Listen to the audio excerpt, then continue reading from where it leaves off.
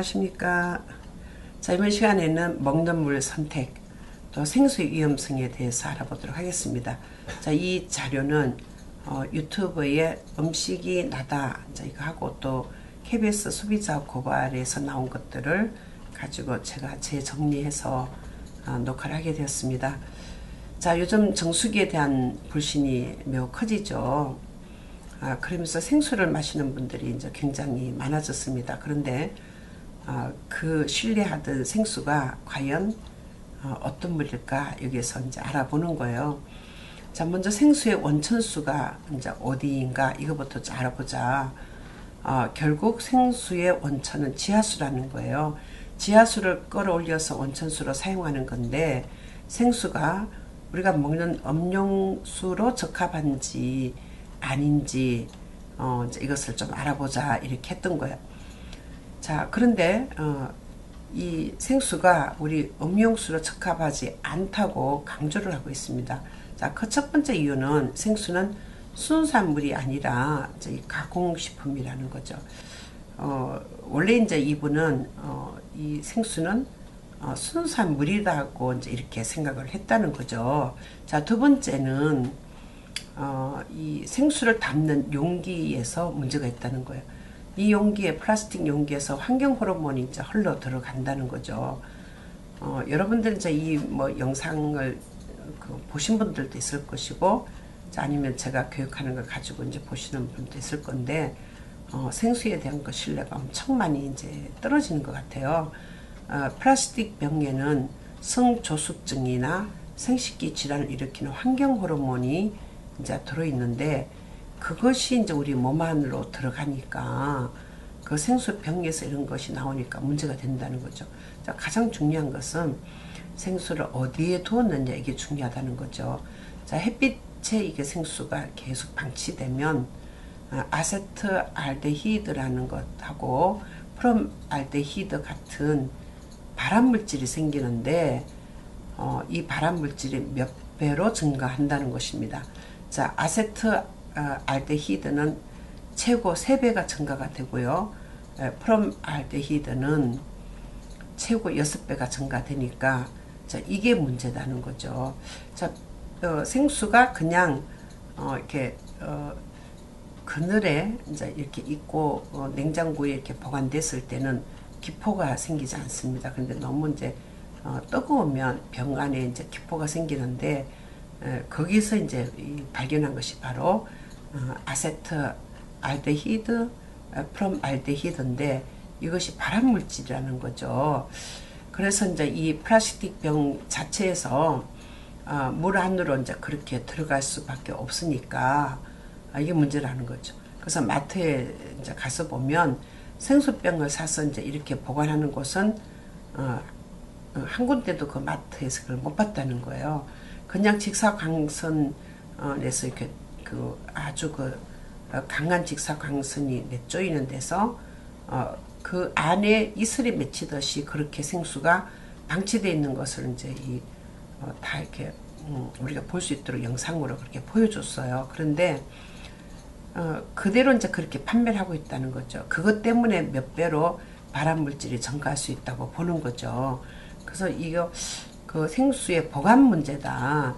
자, 여러분들은 생수가 이제 깨끗한 상태로 원래 이제 냉장고에 있는 그런 상태로 우리 집에 온다고 생각하지만 오랫동안 유통기한을 거치면서 이제 문제가 생긴다는 거죠.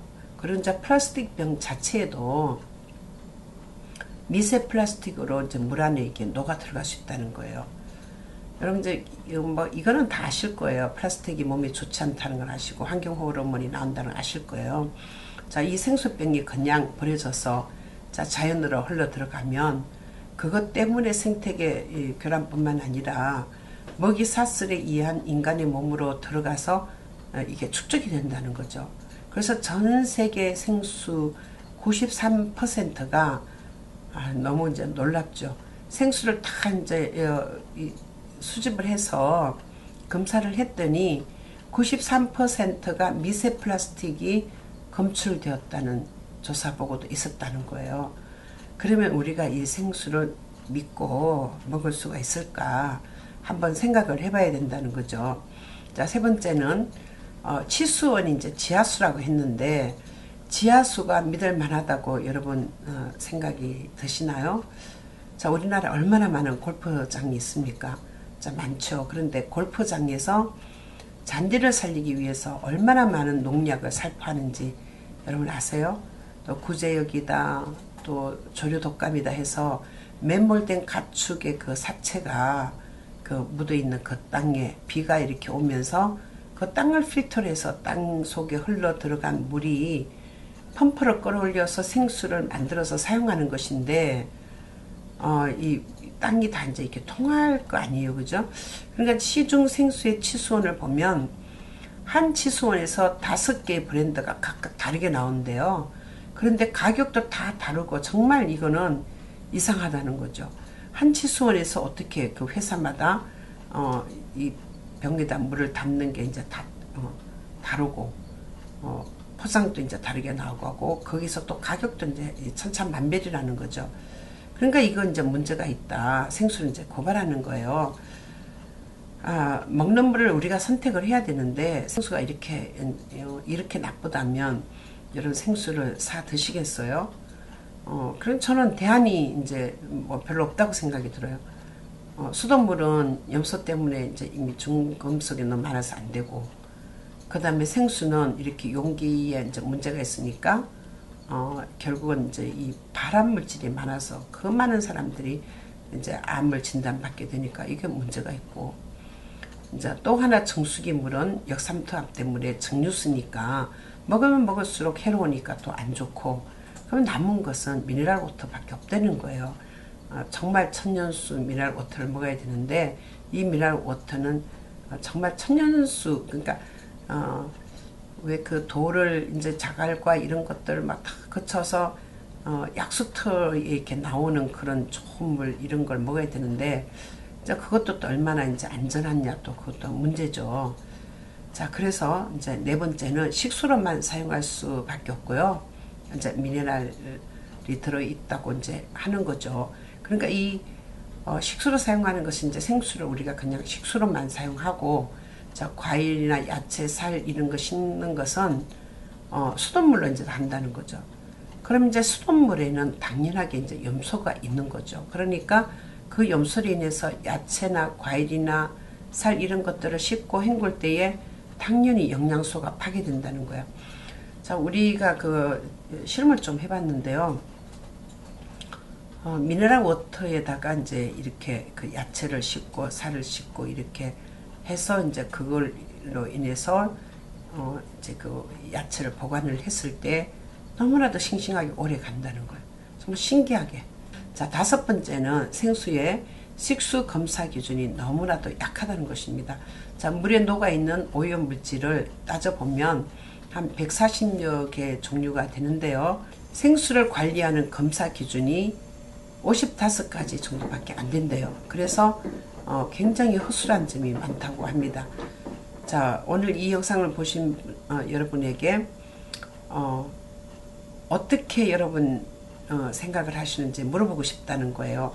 생수는 건강에도 안 좋지만 환경오염에도 굉장히 큰 주범이라고 합니다. 자, 지구는 하나밖에 없습니다. 두 번째 지구는 없죠. 우리가 잘 쓰고 아이들에게 그대로 돌려줘야 하는데 사람들이 편리함과 기업의 이윤축으로 플라스틱을 너무 많이 남용해서 지구가 참 많이 아프다고 하고 있습니다.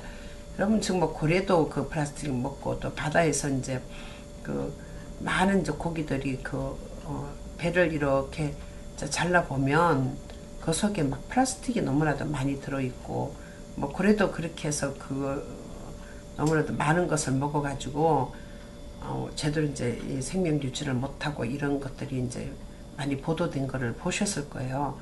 그러니까 이 플라스틱이 용기가 참 문제다고 그러는 거죠. 그래서 이런 심각한 환경오염의 주범이 바로 생수통 플라스틱 통이라는 것을 기억하고 우리가 그럼 과연 어떤 물을 먹어야 되겠는가, 자, 이거를 좀 알고 실천을 해야 되겠다, 자, 이런 얘기예요. 자, 그러면 이제 이 또 다른 그 내용에서 생수가 너무 위험하다. 그리고 생수 믿고 마셔도 되나요? 이제 이런 거예요. 자, 브랜드가 100여 종에 달하는 정도로 정말 폭발적인 인기를 끌고 있는 생수라는 거죠. 자, 그런데 과연 생수는 우리가 믿음대로 더 순수하고 깨끗한 것일까? 자, 그런데 생수 코너를 이렇게 둘러보던 중에 한 가지 특이한 점을 발견했습니다. 브랜드는 다른데 취수원이 다 같은 제품이라는 거죠. 자, 이 두 브랜드는 달라요. 그런데 취수원이 보세요. 충북 청원군 이렇게 나왔죠. 똑같은 취수원입니다. 그래서 물을 똑같은 취수원에서 이제 담아다가 이제 팔고 있는 것인데, 그럼 보세요. 이렇게 한 생산업체가 여러 브랜드에 똑같은 물을 공급하고 있다는 거죠. 심지어 3가지 브랜드 모두가 같은 물로 만들어진 것도 있었고요. 뭐 5가지도 이제 있었습니다. 그런데 당연히 생수에 들어있는 칼슘, 마그네슘, 이런 무기질 함량도 동일하죠. 같은 데서 취수원이니까요. 자, 그런데 브랜드는 다르다는 거. 그러면 가격은 어떻게 될까 봤더니 하나는 700원이고 하나는 470원. 자, 엄청난 차이가 나는 거죠. 그래서 대형마트에서 확인해 보니까 유명 음료회사 상표가 이제 이렇게 레벨이 붙어진 것은 1리터 기준에 700원이라면 다른 상표는 470원인데 똑같은 취수원인데 물값이 1.5배 정도 이렇게 차이가 난다고 이제 보고 있는 거죠. 그럼 이제 왜 이럴까? 자, 우리는 그 시중에 24개 생수 제품들을 구입해서 수질 검사를 의뢰를 해봤대요. 그랬더니 미네랄, 일반 세균, 중금속 이제 이 함량이 그 먹는 물 기준에 적합한지 검사를 했는데 대부분 검사 결과 이 생수의 수질은 맞다는 거, 괜찮게 적합한 것은 나타났는데, 자, 그런데 한 생수 제품에서 기준치 이상의 불소가 이제 검출됐다는 거 외에 뭐 다른 거는 뭐 수질은 좋다는 거죠. 자, 수질 검사를 하니까요.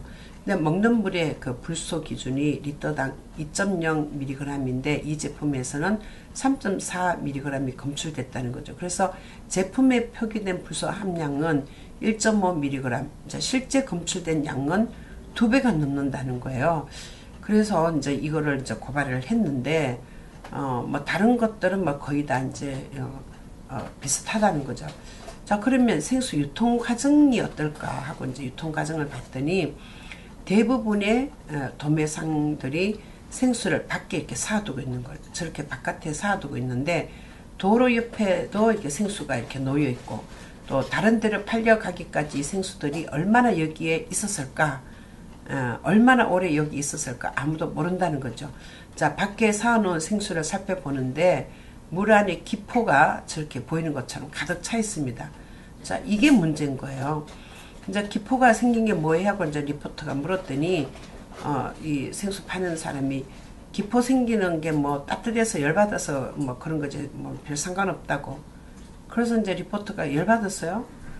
생수 도매상이니 그러니까 따뜻하니까 뭐 그렇지 이제 뭐 이거 없어지잖아요. 그런 거. 자, 그러면 햇빛 오래 받으면 뭐 어떻냐 이렇게 물었더니 도매상이 전혀 상관없다고 이렇게 이제 리포터에게 얘기를 한 거예요. 자, 뭐 여기뿐만 아니라 이제 또 다른 도매시장에도 이곳에서도 생수를 그냥 길가에 이렇게 사둔 거. 제가 영상을 보니까 막 이제 크게 이렇게 짐짝을 이제 사둔 거예요. 역시 햇빛을 받아서 기포가 이제 생겼는데 맑은 날인데도 비를 맞았던 흔적이 그게 다 보이는 거 보니까 이미 오랫동안 비 맞으면서 있었다는 거죠. 그래서 이제 도매상인이 이렇게 얘기하는 거예요. 햇빛에 놔두면 안 되게 되어 있는데, 이제 원래는 그런데, 막 그렇게까지 못하니까, 원래 햇빛에다 두면 안 된다고 나와 있어요. 나와 있긴 하지만 우리가 그렇게 못 지킨다는 거죠. 그럼 직사광선에 직접 노출되는 생수, 과연 문제가 없을까? 우리는 햇빛에 노출된 경우 생수에 어떤 변화가 생기는지 실험을 해보게 된 거예요. 자, 볕이 잘 드는 옥상에 생수를 갖다 놓고 48시간 동안 햇빛에 노출시켰습니다. 자, 실제로 이제 햇빛에 노출시킨 시간이 48시간이 됐다는 거죠.